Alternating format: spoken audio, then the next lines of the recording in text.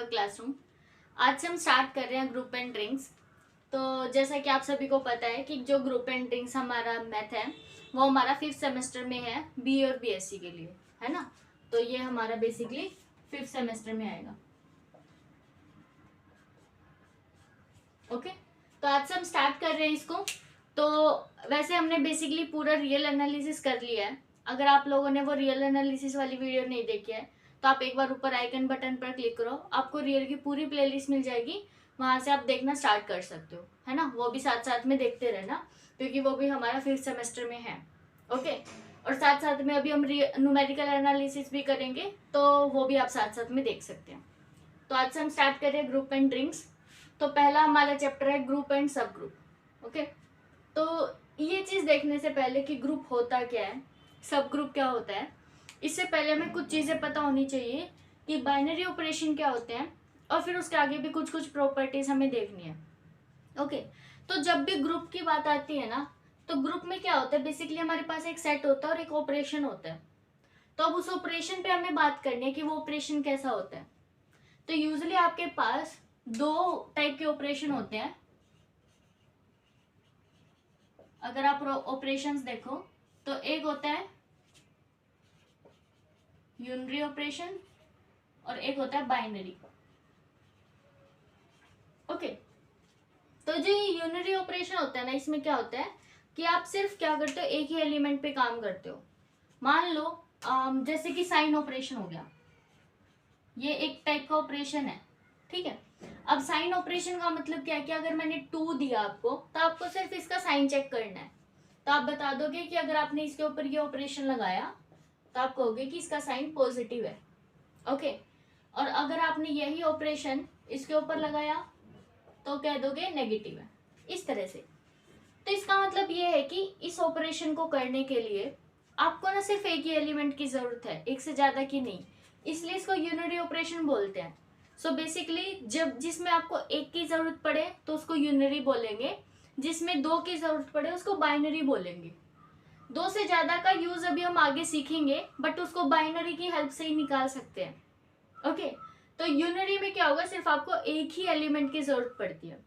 अब बाइनरी का मतलब क्या है, उसमें आपको 2 एलिमेंट्स की जरूरत पड़ेगी। तो आपको पता है कि जो भी ये हमारे जितने भी अलजेब्रा के ऑपरेशंस होते हैं, बेसिकली एडिशन, सब्ट्रैक्शन, मल्टीप्लिकेशन,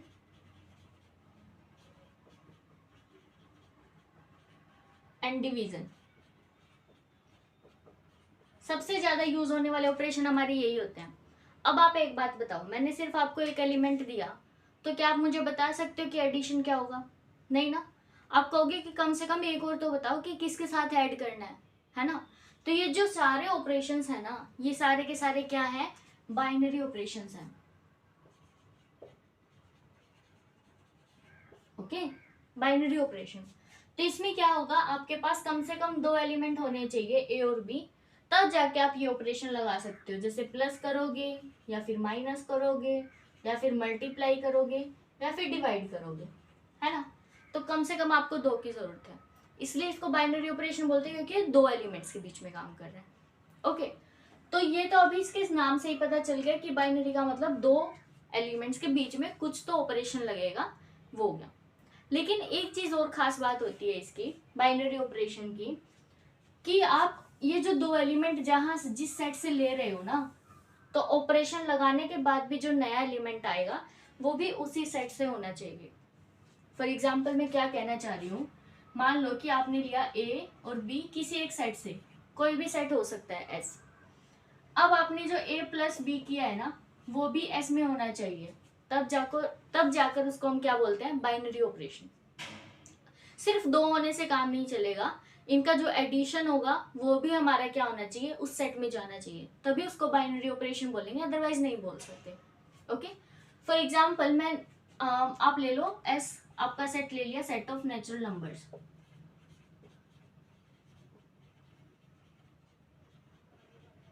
ये लिया आपने।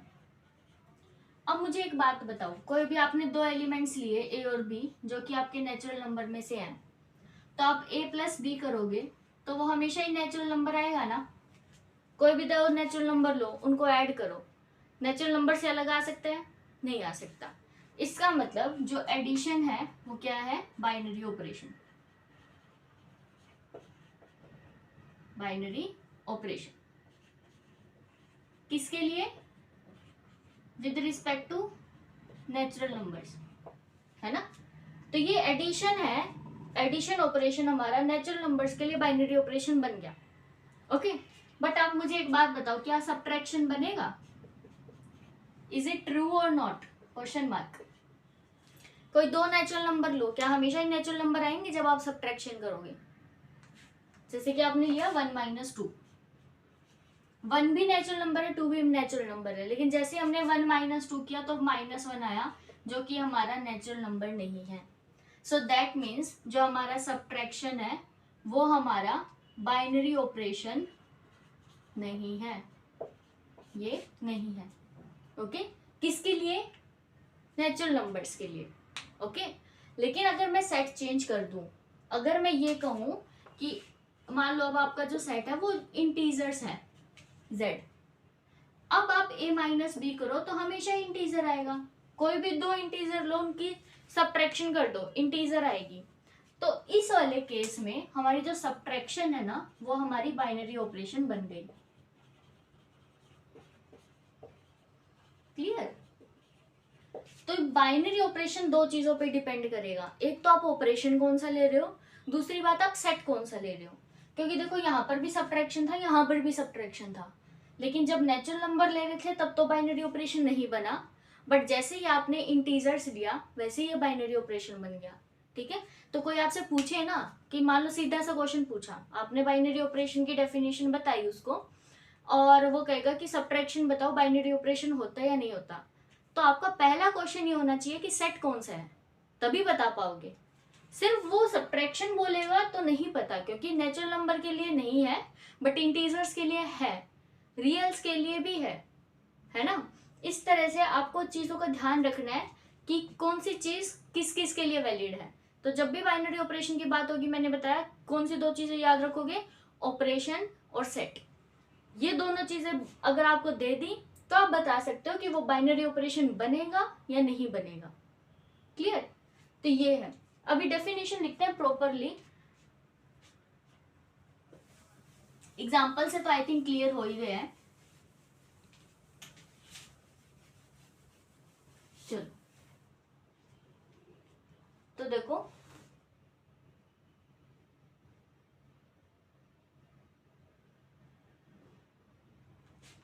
तो इसने कहा है an operation which combines the two elements of A set. ठीक है, ये क्या है? एक ऑपरेशन है, an operation which combines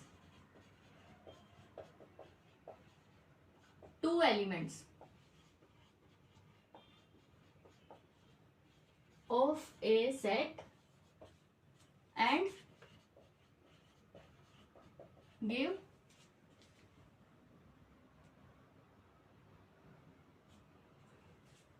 another element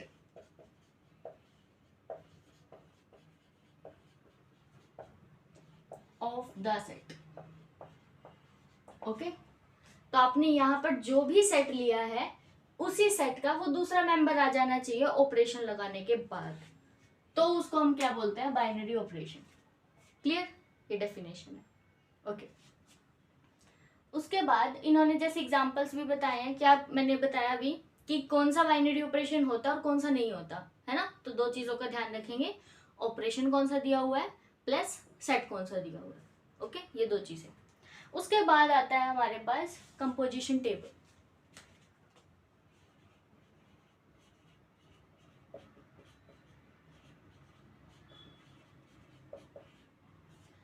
ये बेसिकली आपको डेफिनेशन ही याद करनी, बस ये पता करना है कि कंपोजिशन टेबल होती क्या है। सपोज मैंने आपको दिया नेचुरल नंबर्स, हाँ, मान लो मैं दे रही हूँ सेट ऑफ नेचुरल नंबर, और आपको बाइनरी ऑपरेशन की बात करनी है मान लो प्लस की, क्योंकि अभी देखा हमने प्लस तो हमारा बाइनरी ऑपरेशन बनता है नेचुरल नंबर्स के लिए, तो हमारा जो बाइनरी ऑपरेशन है वो हमने लिया प्लस, ओके प्लस। तो ये जो टेबल होती है ना वो क्या कहती है कि आपको ऐसे बार बार लिखने की जरूरत नहीं है कि 1+1 2 होता है, फिर 1+2 3 होता है, 1+3 4 होता है, ऐसे ये अलग अलग लिखने की जरूरत नहीं है। टेबल बनाओ, उसमें लिख दो सारा डाटा। तो आपको ये करना है, आप ऐसे एक वर्टिकली और एक हॉरिजॉन्टली लाइन बनाओगे, ठीक है, ये ध्यान रखना।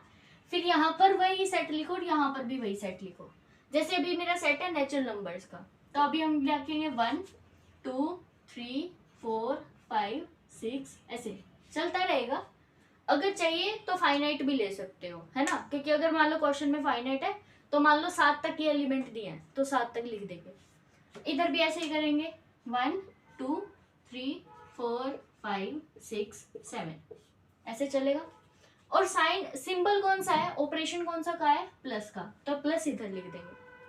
अब आपको सिर्फ एक काम करना है, 1+1 क्या होता है 2, तो यहाँ पर लिख दो।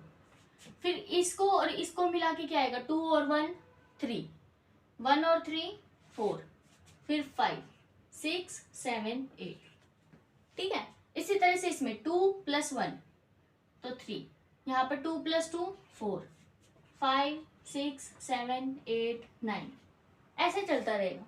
इसी तरह से यहाँ पर देखो 3+1 तो 4 5 6 7 8 9 10, ऐसे लिखना है बस सारा।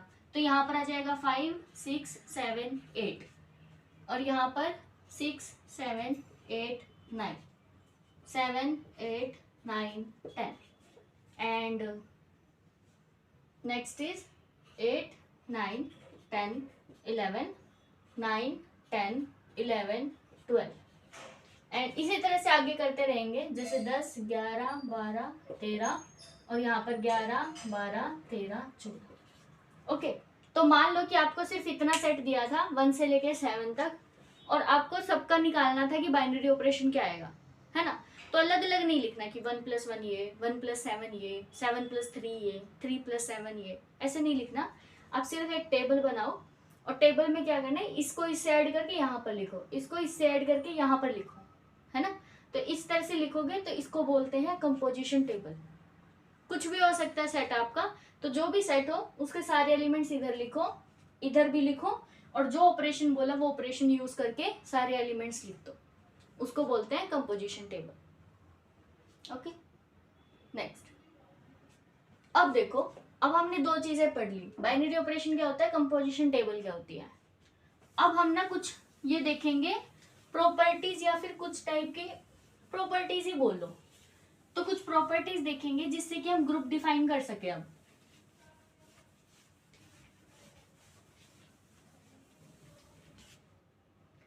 चार प्रॉपर्टीज है मेजरली, तो closure,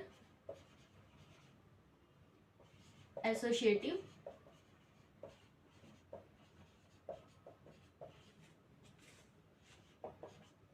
existence of identity,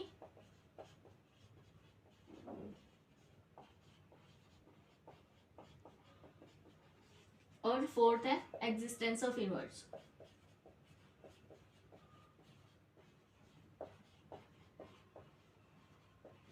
okay, देखो ये सारी प्रॉपर्टीज क्या होती है। स्टार्ट करते हैं क्लोजर से।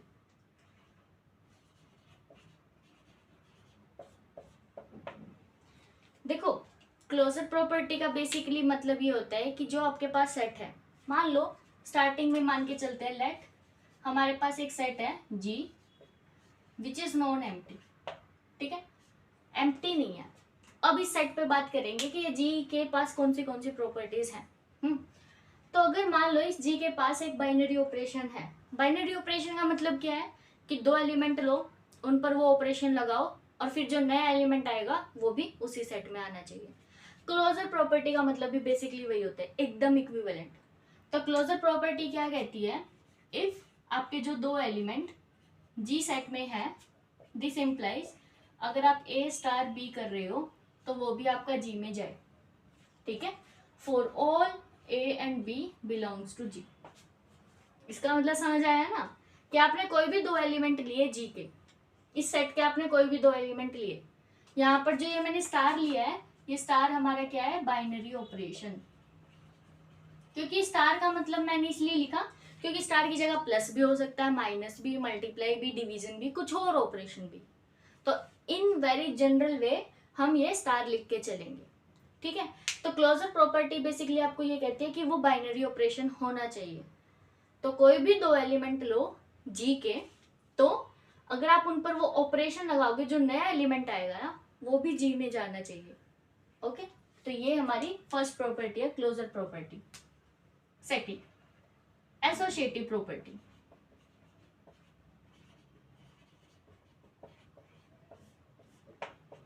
एसोसिएटिव प्रॉपर्टी ये कहती है कि आप है ना ऑपरेशन में ब्रैकेट एक्सचेंज कर सकते हो।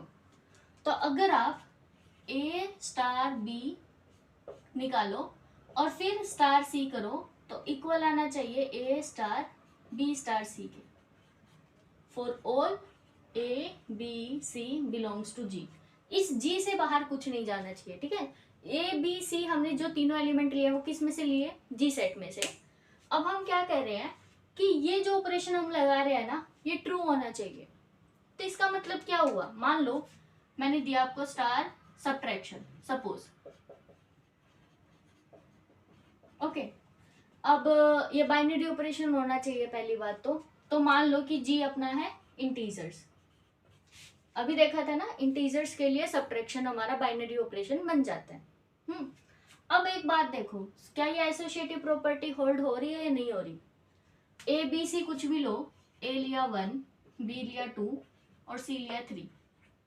पहले तो ए माइनस बी माइनस सी करना है, तो क्या आएगा 1 माइनस 2 देन माइनस 3, तो -1 -3, तो ये आया -4। अब ये निकालो a minus B minus C, so 1 minus 2 minus 3, तो 1 माइनस ये आया -1, तो 1 माइनस +1 ये आएगा 2। ठीक किया ना हमने, ये -1 आया -3। हाँ, तो देखो इस केस में ये हमारी क्लोजर प्रॉपर्टी तो सेटिस्फाई कर रहा था। अगर आप जी इंटीजर्स लो और स्टार ऑपरेशन सब्ट्रैक्शन लो, क्लोजर प्रॉपर्टी तो है उसके पास, बट एसोसिएटिव नहीं है ना। क्योंकि हमने जैसे देखा कि अगर मैं ब्रैकेट एक्सचेंज कर दूं ना तो ये इक्वल नहीं आ रहे हैं, है ना। कोई भी आप लेके देख लो ए बी सी, क्योंकि ये जो प्रॉपर्टी है ना ये ट्रू होनी चाहिए फॉर ऑल। ओके, मान लो एक दो के लिए ट्रू हो रही है, सपोज करो एक दो के लिए हो गई, बट अगर आपको एक भी ऐसा मिल गया जिसमें ट्रू नहीं हुई ना तो एसोसिएटिव नहीं है वो। एसोसिएटिव में कहता है कि सबके लिए ट्रू होनी चाहिए। आप ए बी सी की वैल्यू कुछ भी लो इस जी में से, तो हमेशा ही जो ब्रैकेट एक्सचेंज करोगे तो आंसर आपका सेम आना चाहिए। एसोसिएटिव प्रॉपर्टी ये कहती है। बट यहाँ से अभी हमें एग्जाम्पल से पता लगा कि अगर मैं ये एग्जाम्पल लूँ तो ये मेरी एसोसिएटिव नहीं है। ओके, अब एसोसिएटिव प्रॉपर्टी होगी कौन सी, आप मान लो अब की बार नेक्स्ट लो, स्टार आपने लिया एडिशन और सेट आप कोई भी ले लो, अब आपकी मर्जी है। जी आप चाहे तो जी ले सकते हो या तो नेचुरल नंबर्स, इंटीजर्स, रियल, कुछ भी लो, ठीक है। अब आप a प्लस बी प्लस सी करो या फिर a प्लस बी प्लस सी करो, सेम होता है हमेशा। ये ऐसे लिख दिया ना, ऐसे, है ना। आप कोई भी दो रियल नंबर्स को पहले ऐसे ऐड करो फिर ऐड करो, या फिर ऐसे ऐड करो फिर ऐसे ऐड करो, तो सेम आंसर आता है। ले लो कुछ भी ले लो आप, मान लो आपने लिया 1 + 2 + 3, तो कितना आएगा 1 + 5 दैट इज 6, और यहाँ पर 1 + 2 + 3, तो ये आएगा 3 + 3, तो ये भी 6। कुछ भी ले सकते हो, ऐसा नहीं कह रही मैं प्लस ही लेने हैं, माइनस में भी ले सकते हो, कुछ भी लो, बट ये आपका फॉलो करेगा, है ना। तो इस तरह से ये चीज ध्यान रखनी है कि this should be true for all the elements of G. अगर एक भी पेयर ऐसा मिल गया जिसमें ट्रू नहीं हो रहा है तो सारा गया, खत्म। ओके, ये हमारी एसोसिएटिव प्रॉपर्टी है। अब एग्जिस्टेंस ऑफ आइडेंटिटी।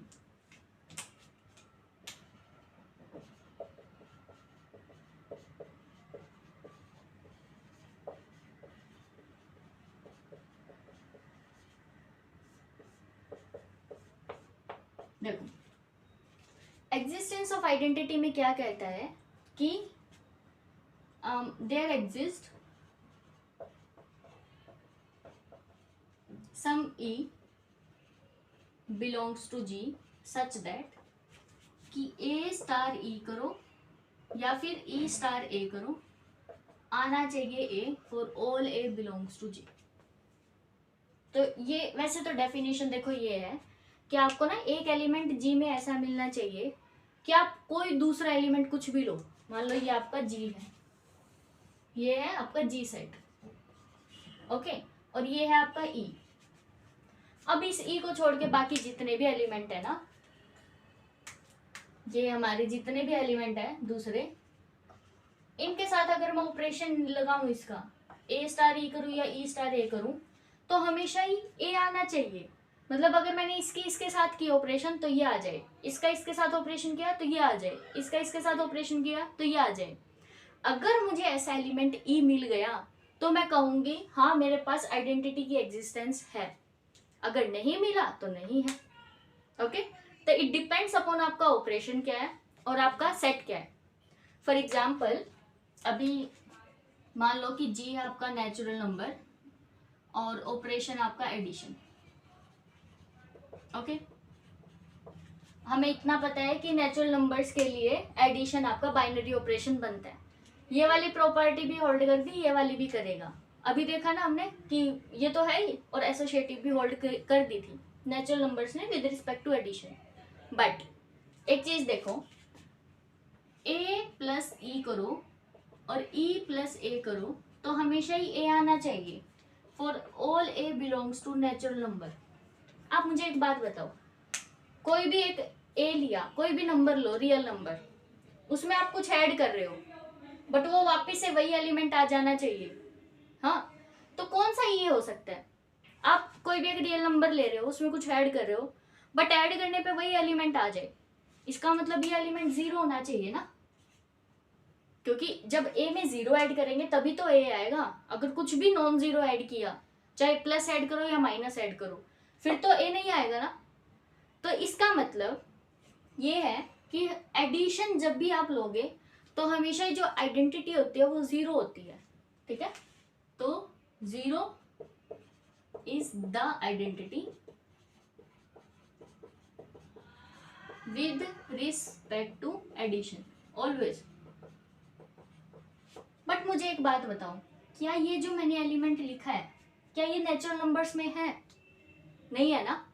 तो इसका मतलब नेचुरल नंबर्स के पास एग्जिस्टेंस ऑफ आइडेंटिटी नहीं है। उसके पास ये वाला ऑपरेशन भी है, ये वाला भी है, दोनों प्रॉपर्टीज हैं उसके पास। बट हमें पता है कि एडिशन के लिए जब भी आइडेंटिटी निकालनी पड़ेगी तो जीरो ही ऑप्शन है, क्योंकि किसी एलिमेंट में जीरो ऐड करेंगे तभी वही एलिमेंट आ सकता है, अदरवाइज नहीं आ सकता। कोई भी आप खुद ही सोच के देखो, कोई भी रियल नंबर लो, चाहे पॉजिटिव लो नेगेटिव लो, उसमें आप जीरो ऐड करोगे तभी वही नंबर आएगा, अदरवाइज तो ऊपर नीचे हो जाएगा, है ना। तो इसका मतलब एडिशन जब भी होगा तो हमेशा ही जीरो आइडेंटिटी होगी। अब आपको ये चेक करना है कि क्या वो जो एलिमेंट जीरो आया है वो आपके गिवन सेट में है या नहीं है। वो नेचुरल नंबर्स में नहीं है ना, सो इसका मतलब नेचुरल नंबर्स के पास आइडेंटिटी नहीं होती, ठीक है। तो नेचुरल नंबर्स के पास ये वाली प्रॉपर्टी नहीं है। अब ये देखो कि किसके पास है। अब यही चीज सेम करूं मैं, बट अब की बार मैंने सेट थोड़ा चेंज कर दिया, इंटीजर्स ले लो और ऑपरेशन वही है एडिशन। ओके, अब इसमें क्या है, देखो एडिशन कुछ भी हो, जब भी आपका एडिशन है तो आइडेंटिटी तो जीरो ही होगी। अब आपको सिर्फ ये देखना है कि क्या ये जीरो इस सेट में है या नहीं है। अब तो है ना, तो इसका मतलब इस सेट के पास हमारे पास आइडेंटिटी है, बट इस सेट के पास आइडेंटिटी नहीं है। तो सेट ऑफ नेचुरल नंबर्स के पास with respect to addition operation identity नहीं है, लेकिन सेट ऑफ इंटीजर्स के पास with respect to addition operation identity है। ओके, अगर कोई कहे आपको ऑपरेशन ना दे और आप कहो कि नेचुरल नंबर्स के पास तो आइडेंटिटी होती नहीं, ये बहुत गलत होगा, ऐसे नहीं बोलना। पहले आप पूछो कि ऑपरेशन क्या है। क्योंकि अभी एक चीज देखो, ये चीज समझ आ गई? अगर किसी को समझ नहीं आई तो वीडियो को वापिस से बैक करो और फिर देखो कि मैंने क्या बोला है, ठीक है। नेचुरल नंबर्स के पास एडिशन ऑपरेशन होने के बाद आइडेंटिटी नहीं है, बट अगर मैं ऑपरेशन चेंज कर दूं, अगर मान लो मैंने ऑपरेशन अब लगाया मल्टीप्लीकेशन,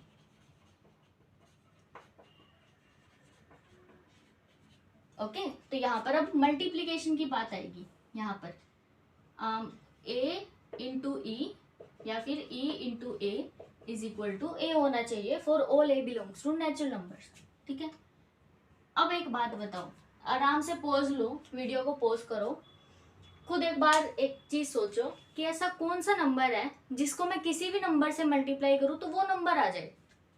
आप ए की ई के साथ मल्टीप्लाई कर रहे हो तो ए आना चाहिए।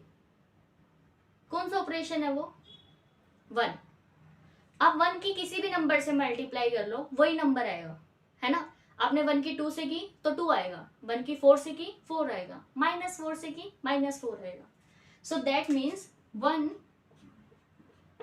is the identity with respect to multiplication. Okay? Multiplication के लिए आइडेंटिटी क्या होगी? 1। अब एक बात देखो, क्या ये 1 इसमें है? 1 क्या नेचुरल नंबर्स में आता है? हाँ, तो इस वजह से नेचुरल नंबर्स के पास with respect to multiplication operation identity है, but with respect to addition नहीं थी। इसलिए कह रही हूं दोनों चीज मैटर करेंगी कि सेट कौन सा है और ऑपरेशन कौन सा है, तब आप बता पाओगे कि आइडेंटिटी है या नहीं है। ओके, यहां पर तो दोनों ही चीज है। यहां पर अगर आप मल्टीप्लीकेशन भी लोगे,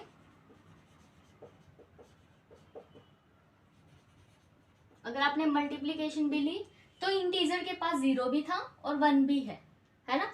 तो इसका मतलब जो ये इंटीजर है इसके पास ये दोनों के विद रिस्पेक्ट टू आइडेंटिटी है, बट नेचुरल नंबर्स के पास only with respect to multiplication है, विद रिस्पेक्ट टू एडिशन नहीं है।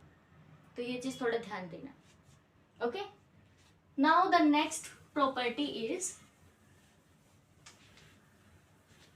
Existence of inverse.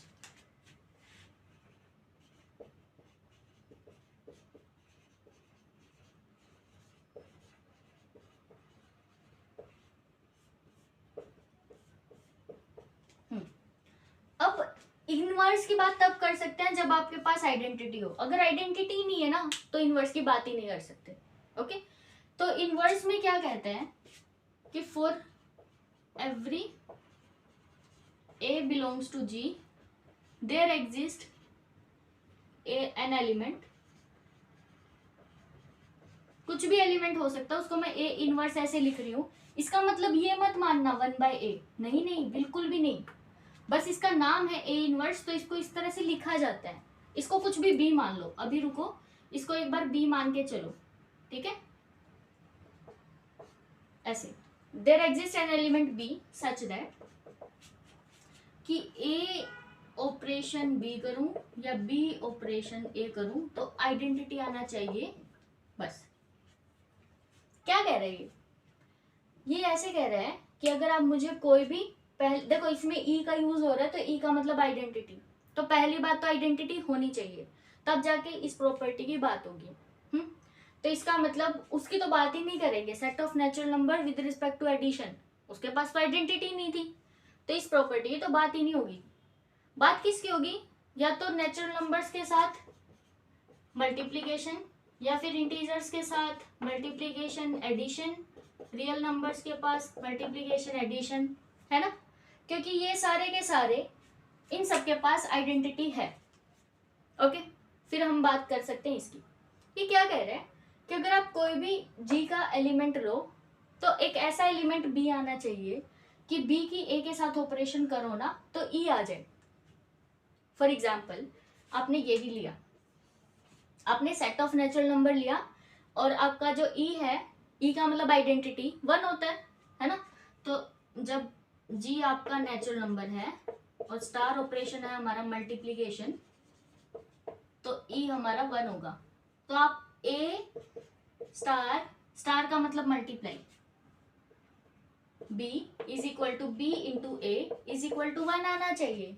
तो इसका मतलब यहां से ए की वैल्यू क्या होगी? 1/b, है ना। तो आप एक बात बताओ, आपके पास ए क्या है? ए किस सेट में से है? नेचुरल नंबर्स में से, तो ए बिलोंग्स टू नेचुरल नंबर। जब आप यहाँ से बी निकालोगे, बी की वैल्यू है 1/a, तो जब आप 1/a करोगे क्या वो नेचुरल नंबर में जाएगा? नहीं ना, बस तभी जा सकता है जब a की वैल्यू 1 हो, अदरवाइज तो नहीं जाएगा। अब आपने 2 लिया, आप मुझे एक बात बताओ कि 2 की आप किससे मल्टीप्लाई करोगे कि आपको 1 मिल जाए? आपको 1/2 से ही करनी पड़ेगी, तभी 1 आएगा, अदरवाइज नहीं आ सकता। लेकिन जो ये 1/2 है ये तो नेचुरल नंबर्स में नहीं है। इसका मतलब इस सेट के पास, ये जो अभी हमने सेट लिया है ना फर्स्ट वाला, दिस वन, इसके पास एग्जिस्टेंस ऑफ इनवर्स नहीं है। इसके पास पहली 3 प्रॉपर्टीज थी बट चौथी नहीं है ना? क्योंकि जैसे ही हमने कोई भी एक नेचुरल नंबर लिया, उसकी मैं किसी से मल्टीप्लाई करके 1 ला रही हूँ, आइडेंटिटी ला रही हूँ, तो मुझे नहीं मिल रहा है वो एलिमेंट उस सेट के अंदर, क्योंकि जो 1/2 है वो नेचुरल नंबर्स में नहीं है, नेचुरल नंबर से बाहर है। तो इसका मतलब इनवर्स एग्जिस्ट नहीं करता नेचुरल नंबर्स के पास with respect to multiplication operation. But अब इन वाले सेट को देखो,